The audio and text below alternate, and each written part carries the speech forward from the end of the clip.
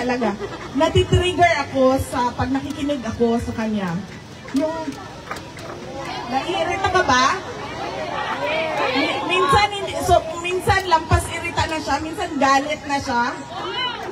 Gusto mo na basagin yung screen ng cellphone mo.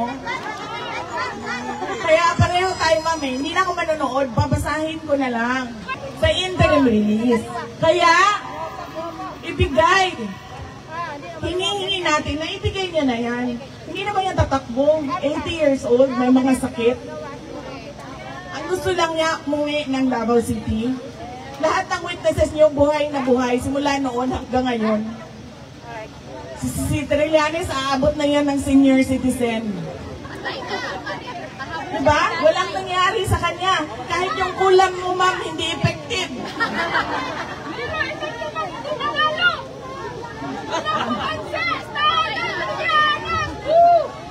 Diba?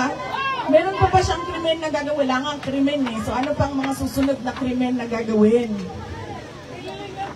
Diba?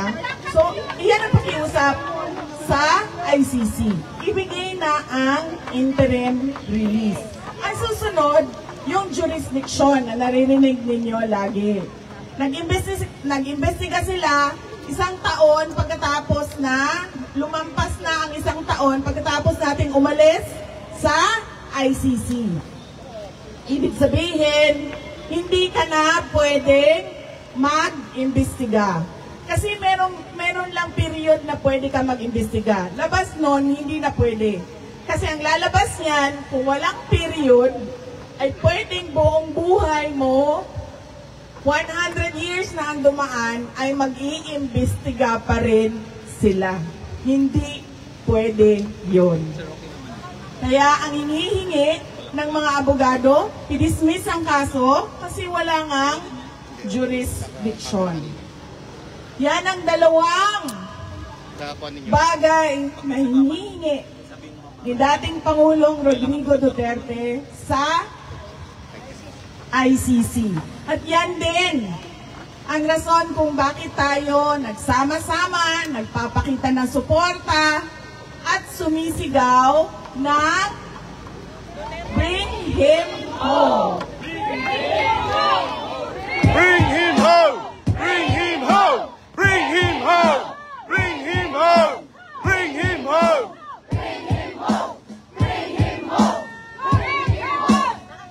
Meron tayong Free Duterte Now rally. I-release na ninyo yan. Hindi yan tatakbo. Ilang beses na siya nagsabi, a-attend siya ng trial kung sinasabing a-attend siya ng trial. Yan lang naman ang kinakatakutan nila eh, na mawala yung kanilang akusado, yung kanilang suspect. Ang susunod ay ang ating diskusyon sa nangyayari sa ating bayan. Dahil nabudol tayong lahat. Huwag na natin panggatin. Inday Sara, kasalanan mo ito lahat.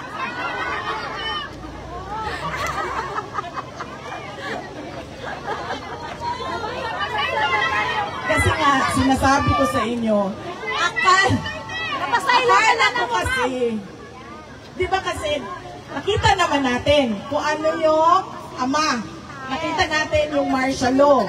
Nakita natin kung anong klaseng korupsyon at ill-gotten wealth ang nilamas nila sa Pilipinas. Akala ko,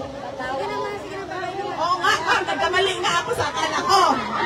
Akala ko, ang gusto niya ay mas magandang Pilipinas kung ano yung nakikita at nararamdaman at tinitirhan natin ngayon. Kasi bakit ba? Kasi nandoon yung mga anak natin. Na sila din yung susunod na mga Pilipino na maninirahan sa ating bayan. Kaya gusto natin, iiwan natin ang maayos maganda, maunlad, may disiplina, na mga mayaman, na mga Pilipino, at na bayan. Hindi ko maintindihan kung bakit hindi ganyan ang paningin niya sa kanyang kailangan gawin para sa bayan.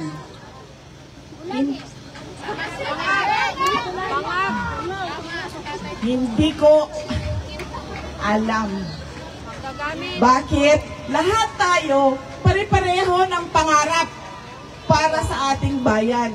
Pero merong iilan, ang malas pa natin, nakaupo sila lahat sa posisyon sa gobyerno, hindi pareho sa atin ang kanilang pangarap para sa bayan.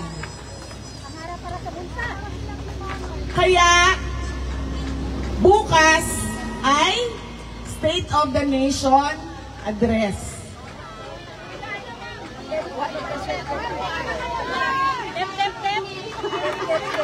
Sayang ang data.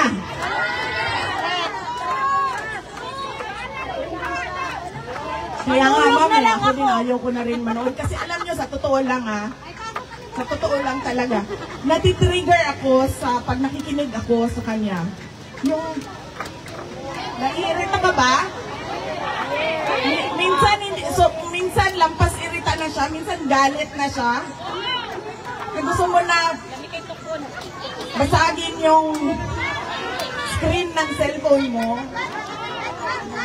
Kaya pareho tayo, mami. Hindi na ako manonood. Babasahin ko na lang. Huwag na rin magbasa. Kailangan natin magbasa. Kasi kailangan natin malaman kung ano na namang pambobola ang sinasabi sa taong bayan.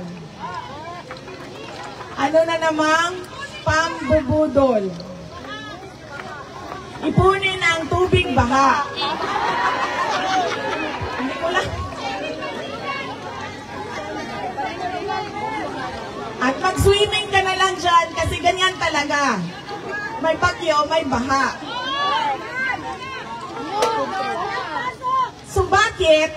Kung ganyan talaga, may bagyo, may baha, new normal na yan, at ganyan na talaga yan, bakit ang daming flood control projects? Bilyon-bilyon. Control nila yun, nasa bulsa.